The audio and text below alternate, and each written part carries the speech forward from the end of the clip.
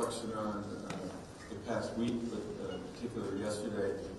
A fantastic week for the NFL, for both of our clubs here, and the other 30 clubs that joined us over the last week to celebrate not just the Super Bowl, but an amazing season.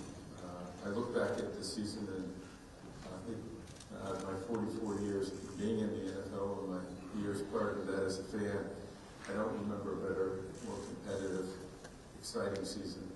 And that's a tribute to our players, our coaches, our clubs, our fans, for creating that energy, that excitement, and something that I think when we look back at this season, we'll remember as one of our best ever. The Seahawks are a great story. In fact, both of the teams that participated are great stories. Neither one qualified for the playoffs last year. I think that makes a huge statement about the competitiveness of our league, the strength of our league, and of course these two teams. But the Seahawks emerged as a victor, properly so. They played a fantastic game. They've had an unbelievable season. Coach McDonald brought a leadership style to not just the Seahawks, but the NFL that will have a lasting impact on the league. He's done this in 2 years as a turnaround. Again, a tribute to his leadership to the Seahawks. To John Schneider, who is not here this morning, at least I don't believe he is. What an amazing job as a general manager. To Jody and her entire organization. It's been just an amazing ride and a tremendous accomplishment for both of them, for all of them. So, Coach, come on up. And you get to face the media as a Super Bowl champion.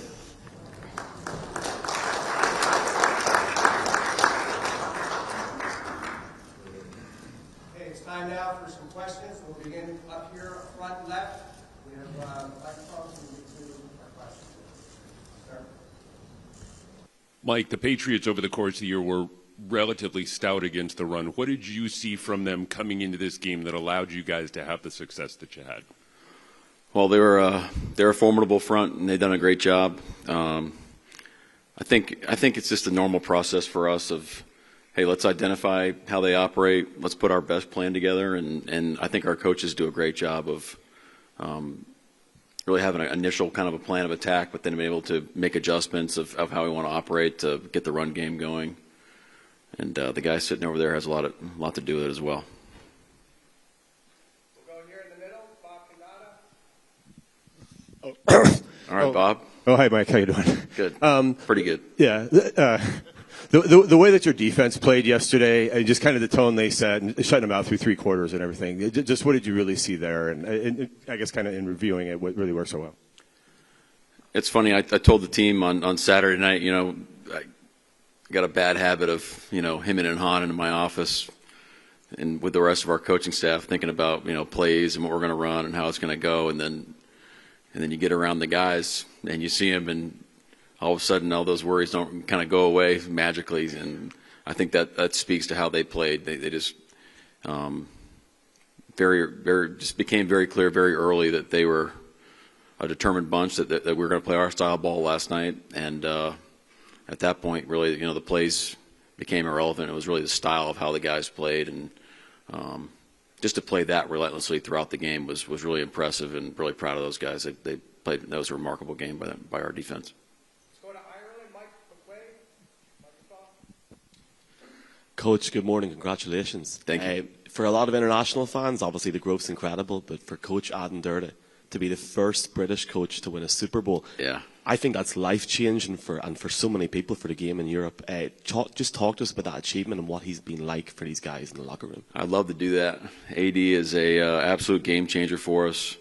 Not just like an incredible story about what got him to this point, which is kind of awesome in its own right, but just him as a football mind, a football coach.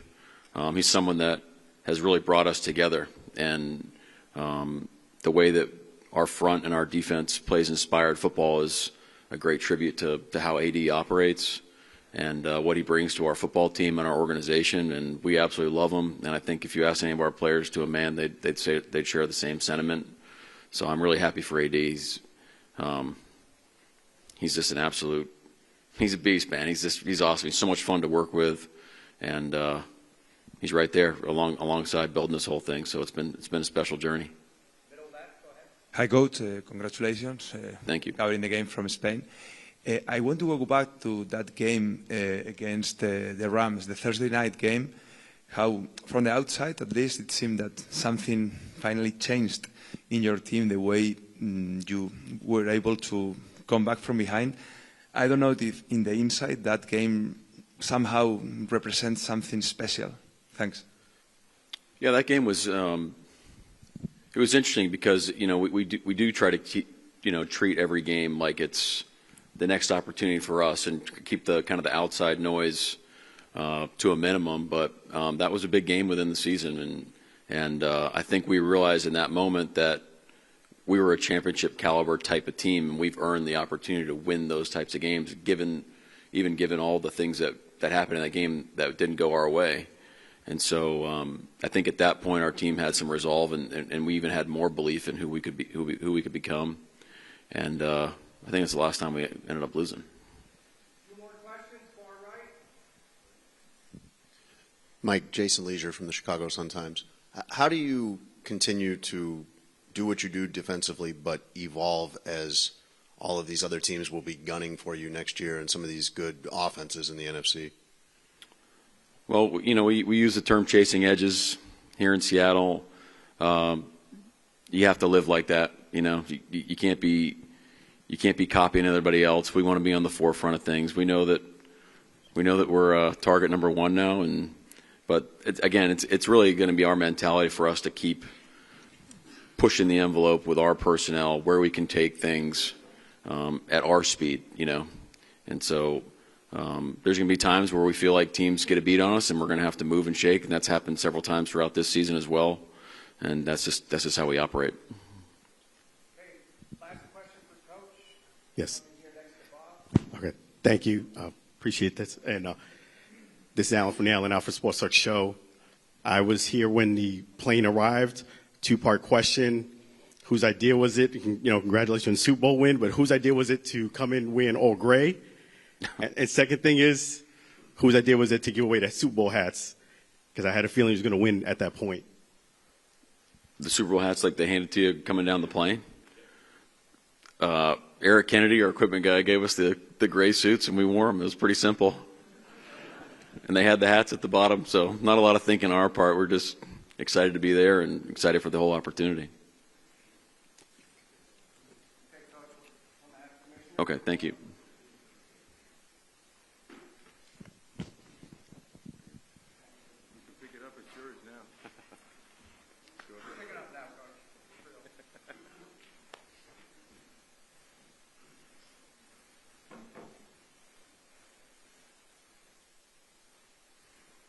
And now which is Coach?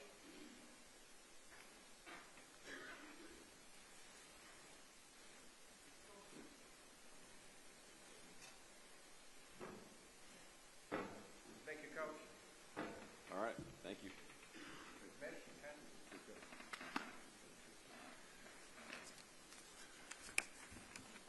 You want to take pictures first, or? Yeah. Okay. MVP, people of our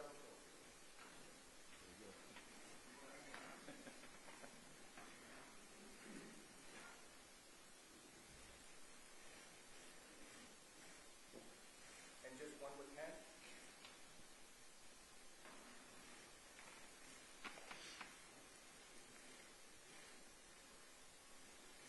Thanks, Ken. You all saw his performance last night. He's a great young man, obviously a terrific player. I think 135 yards, and I think it was 161 scrimmage yards. I think this is the first time we've had an MVP running back since Terrell Davis back in the 90s. But a well-deserved MVP trophy for Ken Walker. So, Ken, here you go. Okay,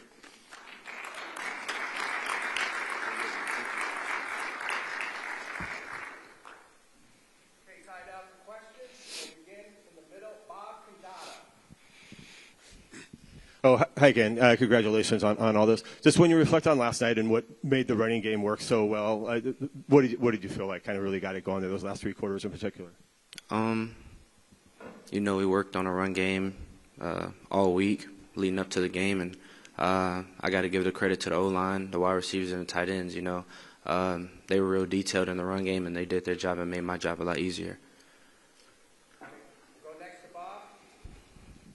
Ken, right in front of you here. Just now that it's the day after and those two trophies are sitting there on your left, can you reflect on the journey, whether it's rookie year to now, whether it's when Mike came aboard to now, just reflecting on what this franchise has been able to achieve to get to the top here? It's been a lot. You go through a lot of ups and downs. But when Mike came in, he talked about winning, and I believe everybody on the team bought into that. And, we built a brotherhood, a strong brotherhood, and, I believe that's really what got us here. Front row, far left. Ken, if you could pinpoint one thing this season that you felt you've improved upon, what would that be, and how did you make that happen? Really just trusting it, trusting the system. And I believe the way I made that happen is just the guys around me. The coaches, being real detailed, and really just trusting the whole process in general. Okay, we have a question here, second row on the left. How's this all change you? Super Bowl MVP, change it all? Like me personally? Nah, I don't think so. I feel the same. I don't think it changes much. Go far left, the back. Kenneth, Adeshina Koike, a lot of sports talk. Congratulations. It's a short list of running backs who are Super Bowl MVP, but that short list is an elite list. Franco Harris, Emmitt Smith, John Riggins, Marcus Allen, Terrell Davis, the last one. When you think about your name being alongside those great running backs in winning Super Bowl MVP, what do you think about, and who were your idols when you were growing up, possibly at running back? It means a lot. It's a blessing to be in this position. It's a short list, so it means a lot to have my name on that list. And for the running backs I used to watch growing up, it's probably like Marcus Allen, Adrian Peterson, and guys like that. So it means a lot for me to be able to be in this position. We'll go with two more, far right.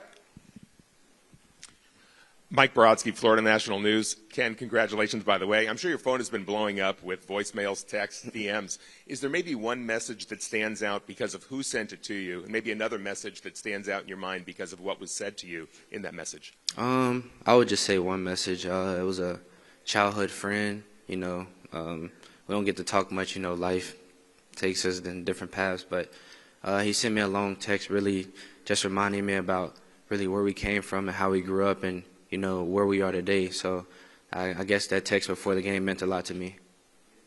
Okay, two more. Right here on our left. Hey, Ken. Jana Bardall with The Athletic.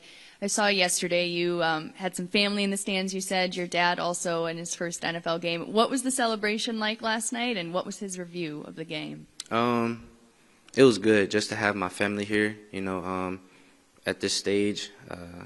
It meant a lot to me, especially for my dad, because, like I said, he usually don't like to come to games, with big crowds. So it meant a lot to have him there, and at the biggest stage, and we was able to pull out the win. Hi, Kenneth. Dave Stevens, Disability Channel. Congratulations. I'm the only guy that was born without legs that played college football, and I say I want to leave my legacy. So given what you've gone through in your life, and especially what you've overcome, when the doctor said you wouldn't play football again, what's your legacy going to be? I'm not sure. I'm just trying to do the best that I can, really just not taking nothing for granted, because you never know when it can be over. So, just staying positive and continue to grind and, like I said, not take anything for granted. Okay, thank you, Ken. And Thank you.